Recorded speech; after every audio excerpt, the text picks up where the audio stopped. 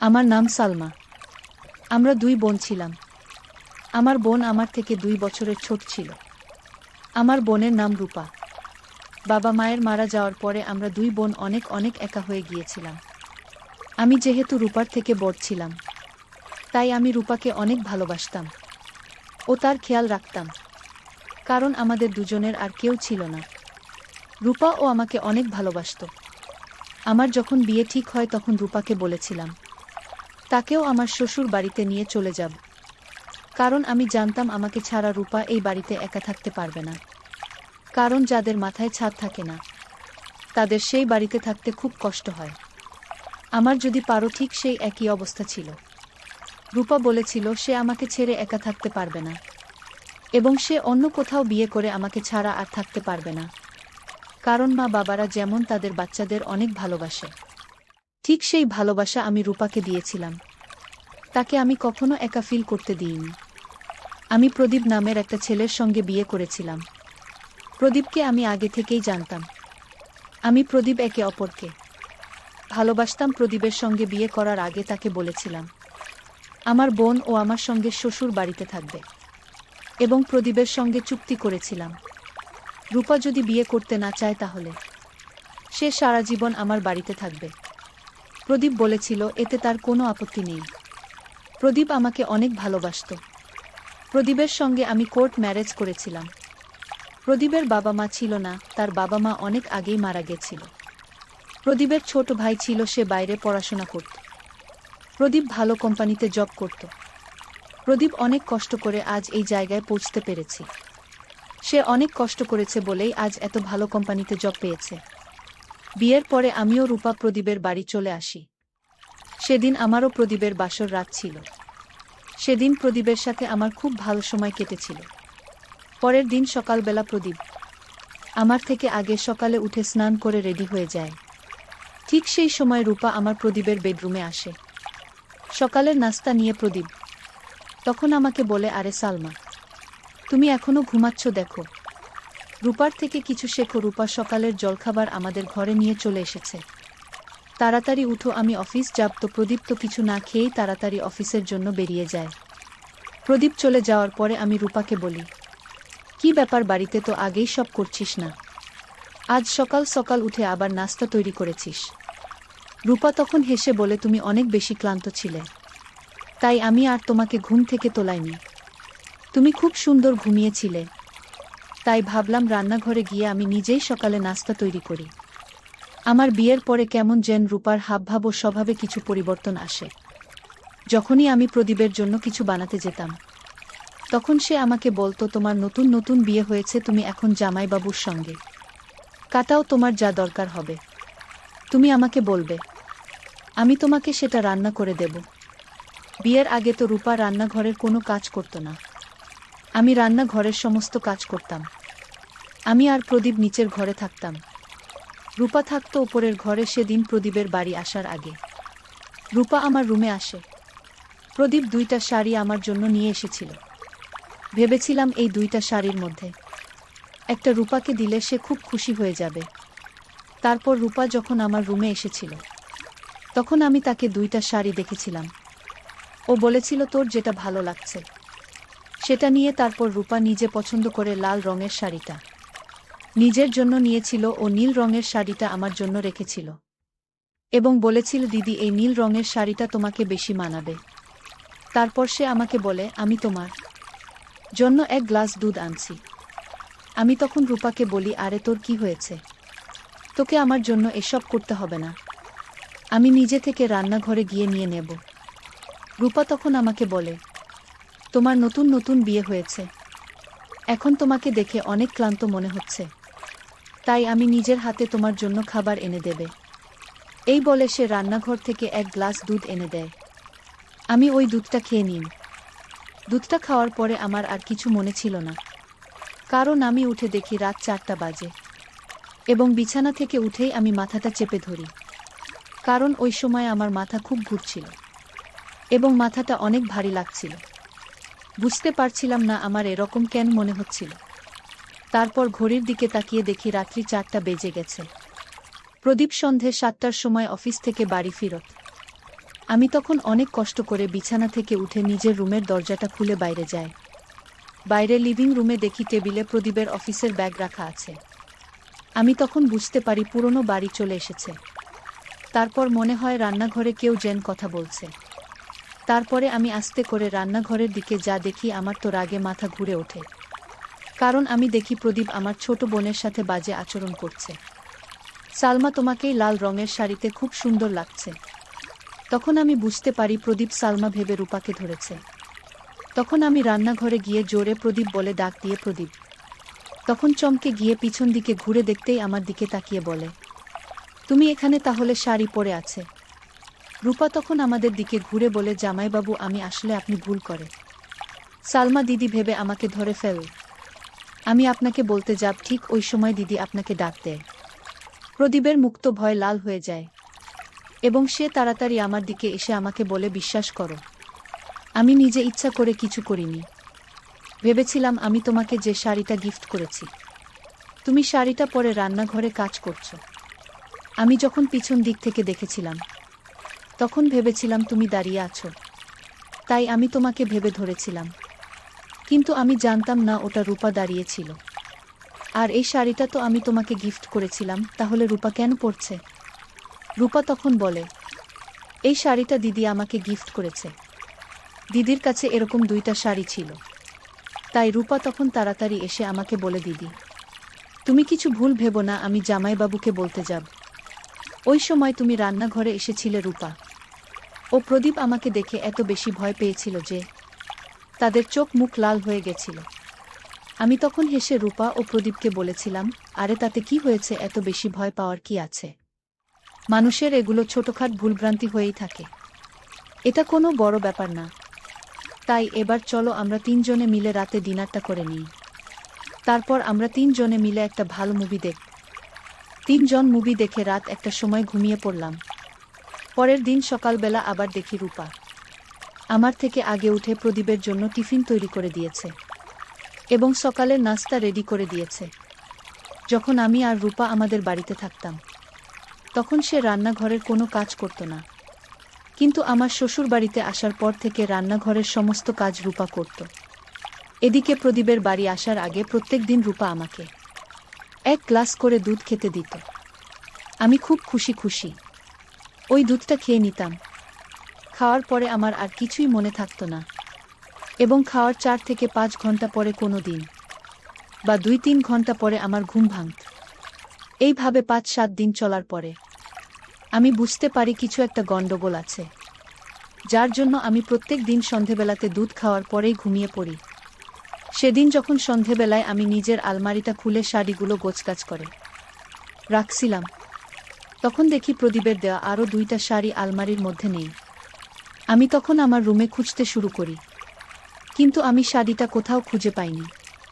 সেদিন যখন রূপা সন্ধেবেলায় আমার রুমে আসে এবং আমার জন্য 1 গ্লাস দুধ নিয়ে আসে, তখন সে আমার মাথায় হাত বুলিয়ে অনেক মিষ্টি মিষ্টি কথা বলে এবং আমি তার কথায় বলে যাই এবং সে নিজের হাতে আমাকে খাইয়ে দেয়। খাওয়ার কিছুক্ষণের মধ্যেই আমার কিছুই মনে ছিল না। আমার যখন চোখ খোলে তখন দেখি ঘড়িতে রাত্রি 11টা বাজে এবং আমার পাশে পুরনো ঘুমিয়ে আছে। আমার তো ঘড়ির দিকে তাকাতেই মাথা খারাপ হয়ে যায়, কারণ এইভাবে প্রত্যেক দিনই প্রদীপ আমাকে ঘুমন্ত অবস্থায় দেখত। সকালবেলা দেখি প্রদীপ আমার উপরে অনেক রাগ করে আছে। আমি তাকে জিজ্ঞেস করি, তুমি আমার উপরে কেন রাগ করে আছো? প্রদীপ তখন বলে, আমাদের নতুন নতুন বিয়ে হয়েছে, আমি প্রত্যেক দিন ভাবেই অফিস থেকে বাড়ি এসে তোমার সঙ্গে সময় দিব, কোথাও ঘুরতে যাব, কিন্তু তুমি তো এমনভাবে ঘুমিয়ে থাকো, মনে হয় যেন কত বছর ধরে তুমি ঘুমাওনি। প্রদীপের কথা শুনে তার রাগ ভাঙানোর জন্য আমি তাকে বলি, আজ আমি ঘুমাব না, আজ তুমি আর আমি বাইরে ঘুরতে যাব। তারপর ভালোবাসার কিছু কথা বলে প্রদীপের আমি রাগ দূর করি। ঠিক ওই সময় রূপা আমাদের ঘরে ঢুকে পড়ে। ও বলে, জামাইবাবু আপনার টিফিন রেডি করেছি। জানি না কেন এই কিছুদিন থেকে মনে হচ্ছিল রূপা আমার সব কিছু নকল করার চেষ্টা করছিল এবং সে প্রদীপের কাছে যাওয়ার চেষ্টা করছিল। তারপরে আবার আমার মনে হয় আমি নিজের বোনের ব্যাপারে হয়তো খারাপ ভাবছি। তারপর সেদিন সন্ধ্যার আগে প্রদীপ অফিস থেকে ফোন করে বলে, তুমি আমার অফিসের বাইরে চলে এসো, আমি আর বাড়ি যাব না। অফিস থেকে বেরিয়ে তোমাকে নিয়ে একটা ভালো জায়গায় ঘুরতে যাব। তারপর আমি প্রদীপের কথা মতো বিকেল বেলাতে ঘর থেকে বেরিয়ে যায়। ওই সময় রূপা ঘুমোচ্ছিল, তাই আমি আর তাকে বিরক্ত করিনি। তারপরও আমি বাইরে গিয়ে কিছুক্ষণ পরে রূপাকে ফোন করে বলে দিই আমি তার জামাইবাবুর সঙ্গে ঘুরতে বেরিয়েছি। রূপা তখন বলে, তুমি আমাকে না নিয়ে চলে গেলে। আমি তখন রূপাকে বলেছিলাম, তুমি ঘুমোচ্ছ তার জন্য তোকে আর বিরক্ত করিনি। নেক্সট টাইম তোকে সঙ্গে করে নিয়ে যাব। আমাদের বিয়ে প্রায় 1 মাস পরে আমার দেওর বাড়ি আসে। সে আমাদের বিয়েতে আসতে পারেনি, কারণ তার পরীক্ষা চলছিল। আমার দেওয়ার আমার সঙ্গে খুব গল্প করত, এবং তার কিছুদিন থাকার পরে আমার মনে হয়েছিল সে হয়তো আমার বোনকে মনে মনে পছন্দ করতে লেগেছে। কারণ সে যখন আমার কাছে বসত তখন সে রূপার ব্যাপারে জিজ্ঞেস করত। আমি বুঝতে পেরেছিলাম আমার দেওর রূপাকে পছন্দ করতে লেগেছে। একদিন আমি ওকে জিজ্ঞেস করেছিলাম, তুমি কি রূপাকে পছন্দ করো? তখন সে লজ্জা পেয়ে বলেছিল, বৌদি তুমি যদি কিছু খারাপ মনে না করো তাহলে আমি তোমাকে সত্যি কথা বলবো। আমি তখন বলেছিলাম, তুমি একদম ভয় পেও না, তোমার মনে যা আছে আমাকে বলতে পারো, আমি তোমার সাহায্য করে দিতে পারি। তখন দেওর বলেছিল, আমি রূপাকে পছন্দ করি কিন্তু তাকে বলার সাহস পাচ্ছি না। আমি যখন দেওয়ারকে বলেছিলাম কোনো ব্যাপার না, আমি রূপাকে বলে দেখব, এমনিতেও রূপা খুব লাজুক স্বভাবের মেয়ে, ও যদি তোমাকে মনে মনে পছন্দ করে তাহলে তোমাকে কোনোদিন বলবে না, তাই এই ব্যাপারে তোমাকেই আগে বলতে হবে। আমার পারমিশন পেয়ে আমার দেওর রূপাকে একদিন সাহস করে গোলাপ ফুল দিতেছিল। তখন রূপা অনেক রেগে গোলাপ ফুলটা হাত থেকে ছুঁড়ে ফেলে দিয়েছিল। ও দেওরকে বলেছিল, তোমার সাহস তো কম না, তুমি আমাকে গোলাপ ফুল দিতে এসেছো। আমি যখন প্রদীপ জামাইবাবুকে তোমার ব্যাপারে বলবো তাহলে তুমি ভাবতেও পারবে না জামাইবাবু তোমার কি অবস্থা করবে। এই কথাগুলো আমার দেওর এসে আমাকে বলেছিল যে রূপা তার সঙ্গে কত খারাপ ব্যবহার করেছে। অথচ আমার দেওর দেখতে অনেক সুন্দর ও হ্যান্ডসাম ছিল। তা সত্ত্বেও রূপা আমার দেওরকে পছন্দ করেনি। আসলে আমি ভেবেছিলাম আমার দেওর যদি রূপাকে বিয়ে করে তাহলে চিরকালের মতো এই বাড়িতেই থেকে যাবে। তাহলে আমার বোন আমার চোখের সামনেই থাকবে এবং আমাকে তার জন্য চিন্তা করতে হবে না। কিন্তু রূপার মনে কি ছিল আমি সেটা প্রথমে বুঝতে পারিনি। আমি কল্পনাও করতে পারিনি আমার নিজের বোন আমার এত বড় ক্ষতি করবে। রূপা তো আমার নিজের বোন ছিল, তাই আমিও তাকে চোখ বন্ধ করে বিশ্বাস করেছিলাম। একদিন আমি হঠাৎ করে দেখি আমার দেওর লুকিয়ে লুকিয়ে দরজার ফাঁকা দিয়ে রূপাকে দেখছে। আমি সেদিন দেওরকে বলেছিলাম, আমি তোমায় আমার বোনকে রাজি করার জন্য পারমিশন দিয়েছি, তার মানে এই নয় তুমি আমার বোনকে লুকিয়ে লুকিয়ে দেখবে। আমার দেওর তখন বলে, বৌদি তুমি ভুল ভাবছ। আমার তো মনে হয় রূপা প্রদীপ দাদার উপরে নজর দিয়েছে, কারণ আমি কাল রাতে দাদাকে রূপার ঘর থেকে বের হতে দেখেছিলাম। দেওয়ালের মুখ থেকে ওইসব কথা শুনে আমি রাগে তার গালে এক চড় মেরেছিলাম। ও বলেছিলাম, আমার বোন তোমাকে পছন্দ করেনি, তাই বলে তুমি এইভাবে আমার স্বামীর সঙ্গে আমার বোনকে চরিত্রহীন করার চেষ্টা করছো। আমার দেওর তখন আমার মাথায় হাত দিয়ে বলে, বৌদি আমার কথা বিশ্বাস করো, আমি তোমাকে মিথ্যে কথা কেন বলবো। কাল রাতে আমার মনে হয়েছিল দাদা রূপার ঘর থেকে বেরিয়ে তোমার ঘরে গেছে। আমি তখন বলি, ওটা তোমার মনে হয়েছিল এবং মনে হওয়ার কথা বেশিরভাগ সময় ভুল প্রমাণিত হয়। দেওর তখন বলে, বৌদি তুমি আমার কথা বিশ্বাস করো, আমার এখনো মনে হয়েছিল রূপার ঘরে কেউ যেন কথা বলছে, তাই আমি লুকিয়ে দেখার চেষ্টা করছিলাম রূপার ঘরে কে আছে। আমি তখন রেগে ওকে বলি, তুমি এখন চুপ করো, আমার সামনে থেকে চলে যাও, আমি তোমার ফালতু কথা আর শুনতে চাই না। আমি তোমাকে অনেক ভালো ভেবেছিলাম আমার বোনের সঙ্গে তোমার বিয়ে দেব, কিন্তু তুমি তো আমার বোনকে চরিত্রহীন প্রমাণিত করার জন্য উঠে পড়ে লেগেছে। আমি ভাবতেও পারিনি আমার স্বামীর ভাই এরকম স্বভাবের হবে। দেওর তখন বলে, তুমি আমার কথা বিশ্বাস করো বা নাই করো, তুমি যদি আমার কথা বিশ্বাস না করো তাহলে অনেক বড় ভুল করছো বৌদি। কিন্তু হ্যাঁ, আমি তোমাকে একদিন প্রমাণ দেবি, আর সেই দিনই দেখ তুমি কিভাবে আমার কথা বিশ্বাস না করে থাকতে পারো। সেদিন যখন সন্ধেবেলায় রূপা আমার জন্য দুধ নিয়ে আসে, তখন দুধ খাওয়ার আগে আমি ওকে বলেছিলাম, রূপা তোর জন্য আমার কাছে একটা ছোট্ট গিফট আছে, আলমারির ভিতরে ওই গিফটটা রাখা আছে। আমি তাকে আলমারির কাছে যেতে বলি এবং বলি আলমারিটা খোল। রূপা তখন আলমারি খুলতে ব্যস্ত হয়ে পড়ে। আমিও এই ফাঁকে দুধটা আমার বিছানার পাশে রাখা ডাস্টবিনের ঢাকনা আস্তে করে পা দিয়ে তুলে দুধটা ফেলে দিই এবং সে যখন আমার দিকে ঘুরে তাকায় তখন আমি নাটক করে দুধের গ্লাসটাকে মুখের কাছে নিই থাকি ও তাকে দেখাই যে আমি পুরো গ্লাসের দুধ খেয়ে নিয়েছি, কিন্তু ও টেরও পাইনি। আমি দুধটা ডাস্টবিনে ফেলে দিয়েছি। তারপর ডাস্টবিনে ঢাকনাটাকে লাগিয়ে দিই। রূপা তখন আলমারির ভিতরে গিফটের বক্সটা খুঁজতে শুরু করে এবং বলে, দিদি এখানে তখন গিফটের বাক্স নেই। আমি তখন রূপাকে বলি, ওই আলমারির ভিতরে একটা পিঙ্ক কালারের শাড়ি আছে, ওই শাড়িটা ভাবছি তোকে দেব। রূপা যখন খুশি হয়ে বলে, এই শাড়িটা তো জামাইবাবু তোমাকে গিফট করেছিল। আমি তখন রূপাকে বলি, হ্যাঁ, কিন্তু এই শাড়িটার খাবারটা আমার খুব একটা ভালো লাগেনি, তাই শাড়িটা তুই নিয়ে নে। ওটা বলা মাত্রই রূপা শাড়িটাকে বের করে এবং নিজের গায়ের মধ্যে বারবার শাড়িটাকে লাগিয়ে দেখে। ও বলে, এই শাড়িটা আমার ভীষণ পছন্দ। রূপা তখন আয়নার কাছে দাঁড়িয়ে শাড়িটা পরে নিল। তোমার প্রত্যেকটা জিনিস আমার খুব পছন্দ। আসলে রূপার মুখ থেকে বেরোনো এই কথাটা যে একটা আলাদা মিটিং ছিল, সেটা আমি অনেক দিন পরে বুঝতে পেরেছিলাম যে আমার প্রত্যেকটা জিনিস রূপার কেন পছন্দ এবং প্রত্যেকটা জিনিসের মধ্যে আরও একজন জড়িত ছিল। তারপর আমি রূপার সামনে ঘুমিয়ে থাকার নাটক করি। তাকে এটা দেখাই যে প্রত্যেক দিনের মতো আমি আজও ঘুমিয়েছি। তারপর সে আমার মাথায় হাত বুলিয়ে বলে, আমার সহজ সরল দিদি, তোমার প্রতিটা জিনিসে আমার অধিকার আছে। এই কথা বলে বলল, তুমি ঘুমাও দিদি, আমি যাচ্ছি রেডি হতে, কারণ প্রত্যেক দিনের মতো আজকেও তোমার ভাগের কাজ আমাকেই করতে হবে। এই বলে সে হাসতে হাসতে আমার রুম থেকে বেরিয়ে যায়। আমি তখনও কিছুই বুঝতে পারিনি রূপা কি বলতে চাইছিল। তখন আমি চুপচাপ ঘুমিয়ে থাকার নাটক করেছিলাম। তারপর দেখি সে আমার রুম থেকে বেরিয়ে যায়।